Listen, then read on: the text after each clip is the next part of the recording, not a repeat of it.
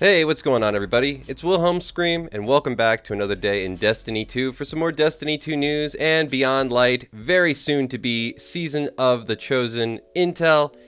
And today, of course, is Friday, once again, my favorite day of the week. We get our Friday update. XUR has returned, Trials of Osiris has returned. We're going to be covering both of those things, as well as all the glitches, farms, and cheeses that you're going to want to take advantage of heading into the weekend. First, we're going to head over to XUR. He can be found this week in the Winding Cove in the EDZ. We're going to do a little speed run over to him. And in that time, I'm going to just remind everybody, I'm still doing the giveaway on my YouTube channel. The next one will be at 50,000 subscribers. We just passed 40,000, which is absolutely amazing. All you have to do to be entered into that giveaway at 50,000 is like this video, subscribe to the YouTube channel, turn on the notifications, the bell that's right next to the big red subscribe button, and follow me on Instagram or Twitter. They'll be linked in the description box down below. And as always, you stick around till the end of the video. I'll have a secret hashtag you can leave in the comments section to be entered into that giveaway a second time for this video. And remember, those secret hashtags stack between all videos. So if you haven't done this on a previous piece of content on this channel, why not go back, check out another video, and of course, do it again. Somebody can leave in the comments section also what my actual time was to XUR today. I'll take that as an entrance into that giveaway. But here he is, Mr. Spaghetti Face, as always. He's been here a lot, it seems like. I don't know if there's just not enough planets in rotation because so many were removed, but he's here all the time. And today he is selling, oh boy, the glitch weapon of all glitch weapons, the weapon that everybody should have. I'm talking about, of course, the great fusion rifle Telesto. If you do not have Telesto, you got to pick it up today. This weapon breaks the game every single way you can think of. Every season, it finds some way to break the game. And there's actually a pretty prominent glitch in the game currently dealing with the Telesto and a Warlock. And I might cover that right after we get through with all the loot. But pick up Telesto if you don't have it. We have the Gwenson Vest. I think I'm pronouncing that correctly. Vanish after Spectral Blade kills for more super energy. 61 total roll, not that great. 14 mobility, 3 resilience, 16 recovery, 7 discipline, 13 intellect, and 8 strength.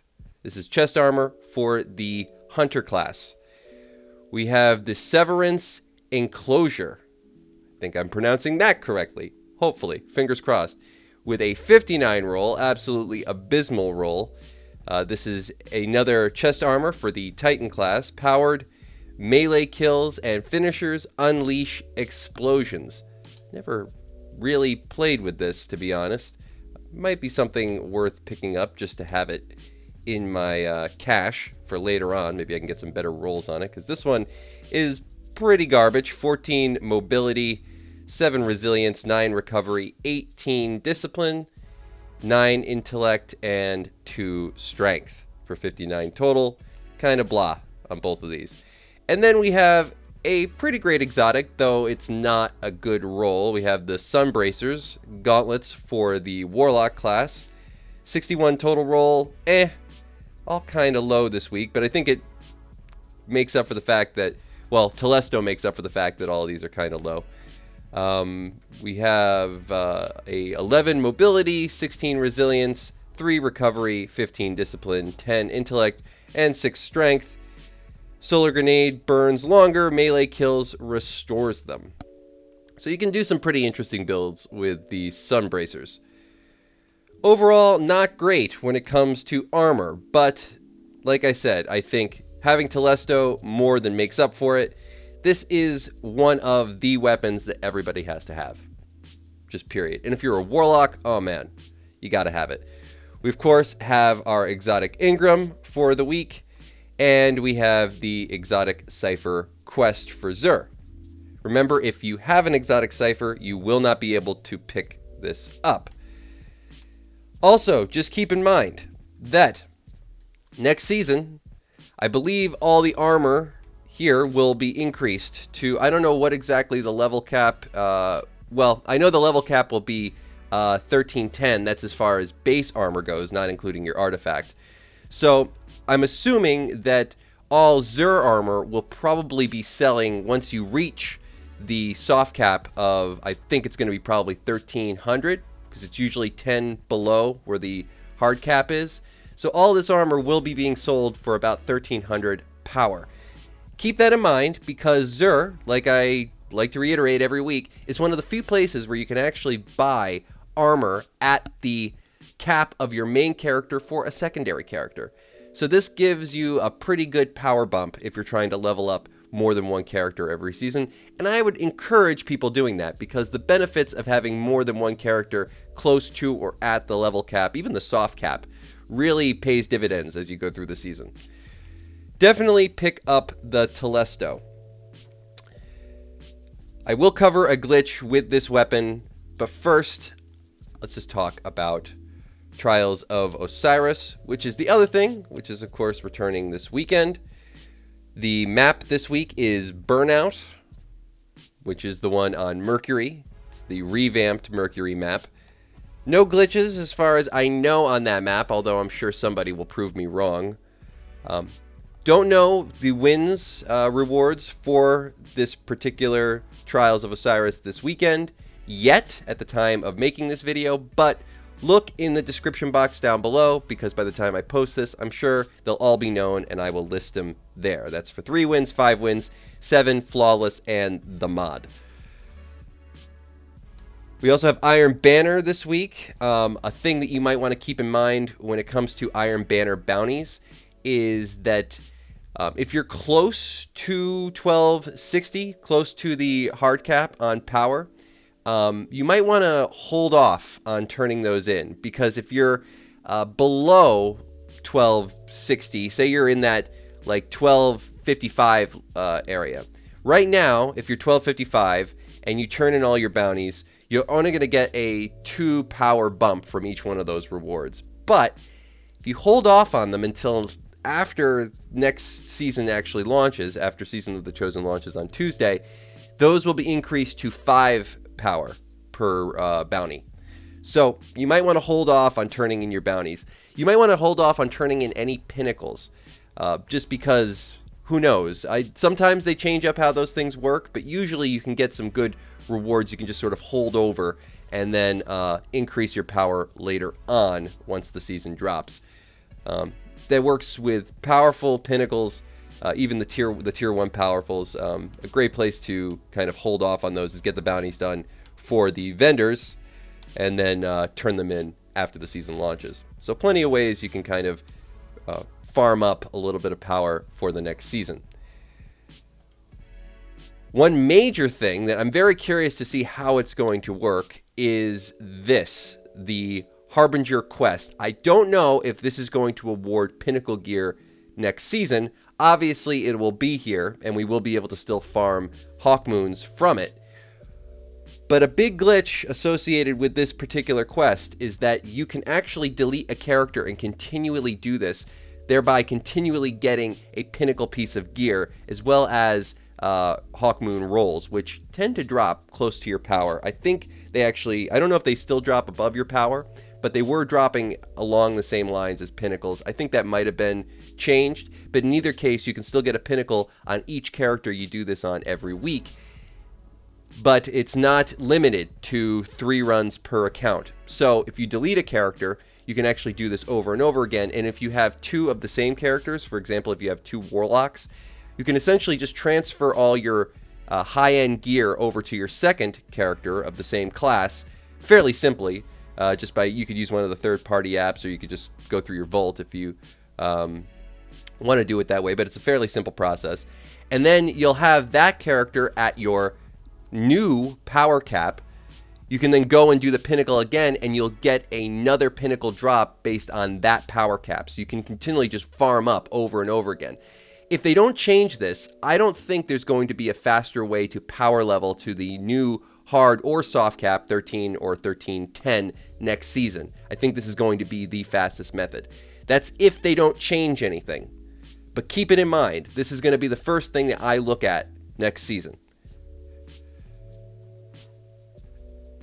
Couple other things that you might want to do this weekend if you're just getting into play, maybe today. I don't know how long these take to rotate. This might actually change by tomorrow, but I think this is going to be here for at least another day, is Exodus Garden 2A, the Master Lost Sector. There is a huge glitch.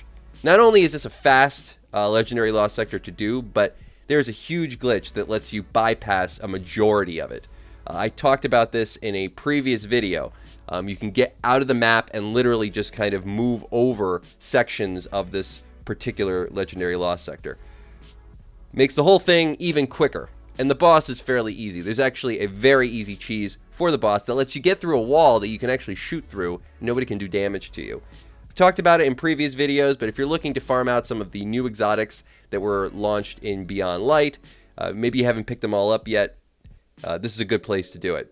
Definitely my favorite Lost Sector to do. You can also still farm out the Hawkmoon ship as well as the Fourth Mark ship. The Fourth Mark is pretty awesome. You can do that by having one of these. Where is my lure? Where is my lure? Did they remove my lure? Oh, I don't have it on this character. But essentially, you can use the High Celebrant mod, equip it to your lure, go into the mission for the Fourth Mark, and then abandon or reset the lure. This will allow you to complete the mission. You get the Fourth Mark for the boss kill at the end, not for the actual completion. This preserves the High Celebrant lure mod, so you can use it over and over and over again, while still being able to complete the mission and go for the Fourth Mark ship. It's a great farm. I don't know if they're going to change that next season. They might. Usually these things get updated. It still will be around, I believe, but might want to take advantage of it before next Tuesday. Obviously, we have the Hawkmoon ship. If you're going for the feathers in the Harbinger quest, you can actually use the same method that I talked about for Pinnacle drops. You can delete a character and just continually do this, and you will get feathers from that first chest in the sort of that big round room that everybody kind of gets stuck in, the one where you have the waves of enemies.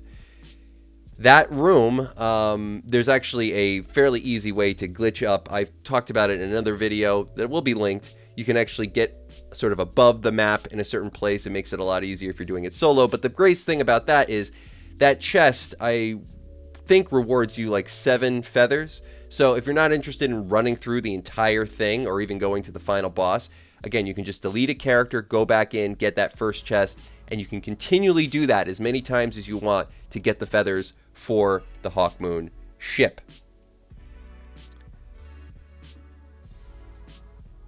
Okay, so I think that's everything as far as farms that you might want to take full advantage of going into the weekend.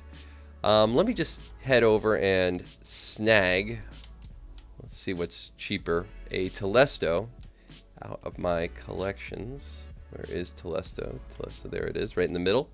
And I'll show you a little interesting glitch you can do with this guy right here. So you're going to want to put on Voidwalker, if this only works really for a Warlock. And you're going to want to make sure that you have Devour. Now, great thing about Devour is when you get a kill with anything, you get health back. If you have a Telesto on, let's go down here. Do I have any ammo? Oh, well, maybe I can actually... Oh, come on. What just killed me there? How did you die from that? I think I just fell onto a rock. Must have been a sharp rock. Let's see if I can actually get that... that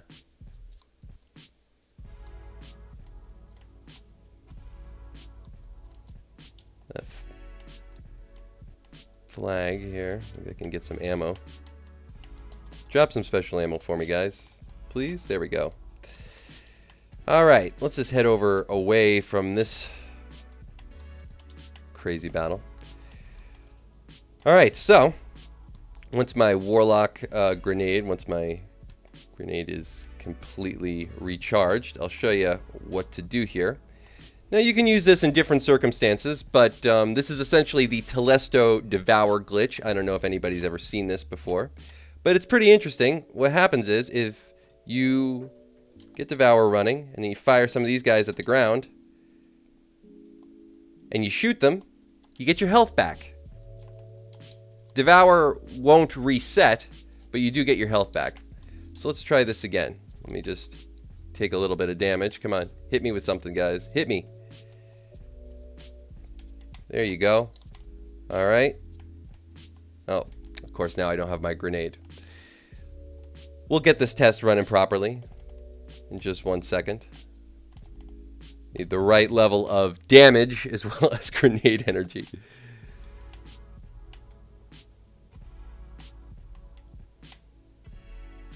Hey, big guy. How about somebody hit me once, huh? Yeah, you. Oh, let's go into this. Okay.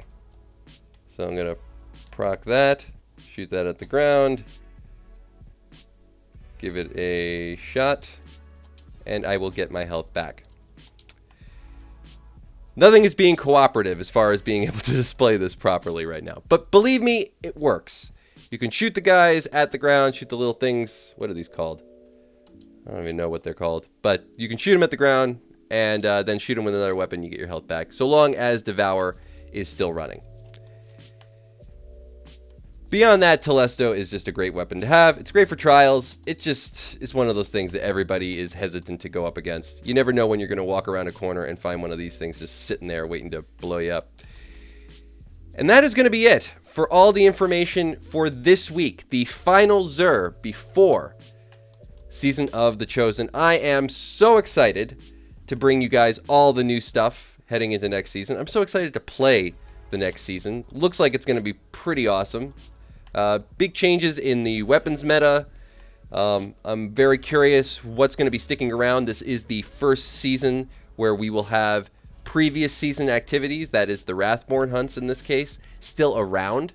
We'll have the Harbinger quest, which I think is going to really break a lot of stuff. I mean, unless there's a major change to how they're running that. But keep everything that I talked about today in mind for next season. Hopefully you found this information helpful.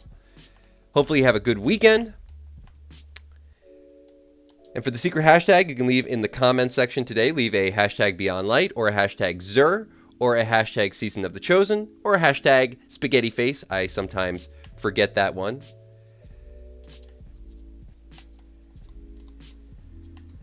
And as always, I am Wilhelm Scream. Of course, we will see you in the next video. Little.